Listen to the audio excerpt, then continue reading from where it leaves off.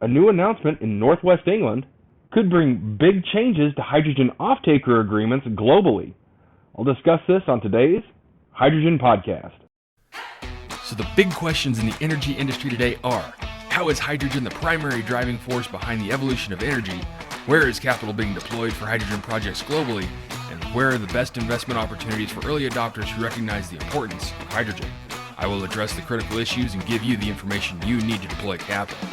Those are the questions that will unlock the potential of hydrogen, and this podcast will give you the answers.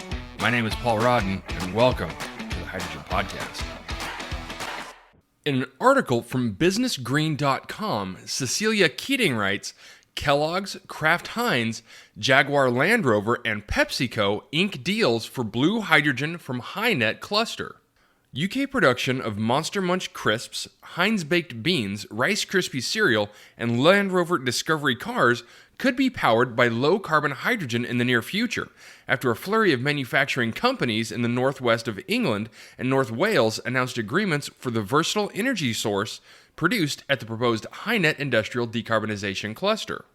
The HyNet Northwest Coalition today said it had signed an early agreement with 28 companies across the UK food, drink, consumer goods, metals, paper, cars, glass, and chemicals industries to provide blue hydrogen produced at the cluster in order to help the manufacturers reduce their reliance on hydrocarbon gas.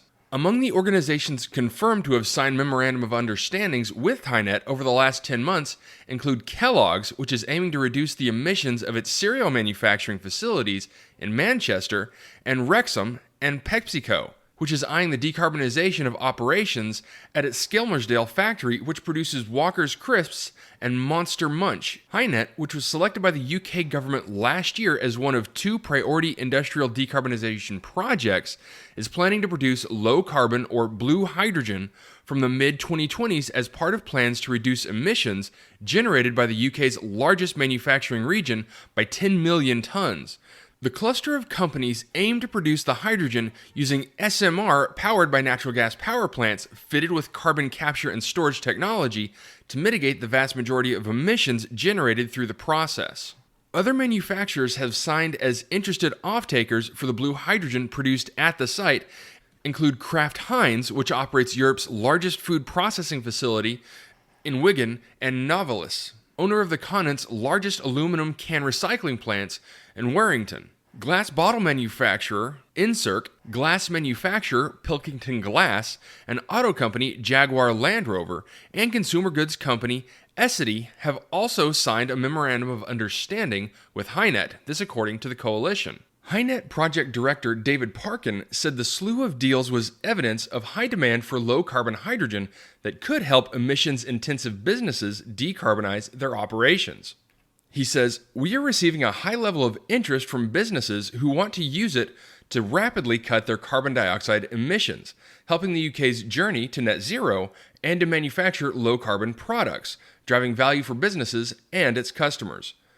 Parkin noted that the hydrogen produced by Vertex Hydrogen, a recently formed joint venture between HyNet partners SR Oil and Progressive Energy, could be stored to manage demand on an increasingly renewables-dominated grid, as well as helping support the decarbonization of local industry. He continues saying, as renewable electricity generation expands, HyNet's infrastructure can also increasingly be used to create, transport, and store hydrogen made from renewable electricity. In the meantime, we must decarbonize the natural gas that industry relies on today using UK technology, including carbon capture and storage, to produce low-carbon hydrogen. Government-backed trials by the HyNet scheme over the last year have seen the fuel used successfully to fire furnaces used to make Unilever household goods and sheet glass made by Pilkington, UK. Okay, so a great article discussing some big news coming out of the UK as more investors are coming into the hydrogen scene, in this case, industries that previously weren't really thought of as hydrogen utilizers, now are coming on not just as investors, but also off-takers. Now, we have seen other companies, other industries, do something similar like this, but never something this big at this kind of scale. And when I say scale, I mean this is a big scale investment. 28 different companies across food, drink, consumer goods, metals, paper, cars, glass, chemical industries These are a lot of different companies investing in this case, blue hydrogen, to start supplanting their reliance on hydrocarbons. But what I really like about this is the beauty and simplicity that's put around it. We can still use hydrocarbons to develop the hydrogen, capture and sequester the CO2, and for their other energy needs, they can still rely on the renewable grid to provide that energy. And really one of the things that I like about this article and this news is that there are now new industries that were really never thought of as utilizers of hydrogen coming into the fold, this including food good manufacturing. And something that I'm hoping happens is that in the U.S. and other similar countries can take note of what's going on there and start building up these relationships between hydrogen generating companies, large industrial investors, and then to that end, large industrial off-takers. But now just to dive in a little bit more into the type of hydrogen that's being produced here. Why so much in this article are they talking about blue hydrogen? Well, that's what HyNet is, at least for right now. It's a purpose-built plant designed to take hydrocarbons and convert that into hydrogen with CO2 capture and sequestration. But ultimately, it won't matter in the end where the hydrogen comes from.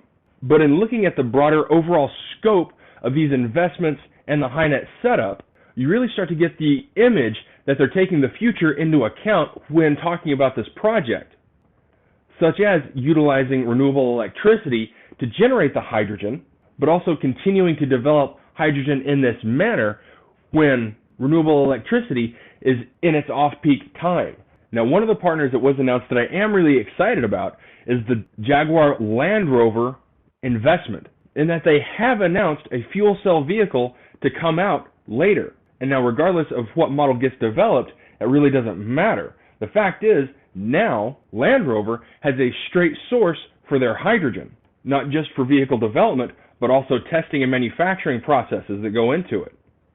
And now lastly, just to dive a little bit into what HyNet is.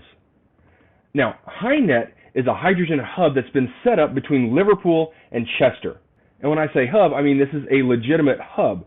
The hub is set to launch in the mid-2020s. HyNet will produce, store, and distribute low-carbon hydrogen as well as capture, sequester CO2 emissions. And now HyNet is estimating that by 2030, they're going to be reducing CO2 emissions by 10 million tons a year. And so with that being said, any investor and off-taker in this situation will also benefit from those CO2 drawbacks. And so now with all the energy issues that have been going on in the UK, this area in the northwest of England has been one of the biggest to feel the sting. And so now with this low-carbon energy opportunity being made available to all of this industry, they now have a new low-carbon, sustainable energy source well into the future. All right, that's it for me, everyone. If you have a second, I would really appreciate it if you can leave a good review on whatever platform it is that you listen to. Apple Podcasts, Spotify, Google, whatever it is. That would be a tremendous help to the show. And as always, if you have any feedback, you're welcome to email me directly at info@thehydrogenpodcast.com. And as always, take care, stay safe. I'll talk to you later. Hey, this is Paul. I hope you liked this podcast. If you did and want to hear more, I'd appreciate it if you would either subscribe to this channel on YouTube or connect with your favorite platform through my website at www.thehydrogenpodcast.com. Thanks for listening. I very much appreciate it. Have a great day.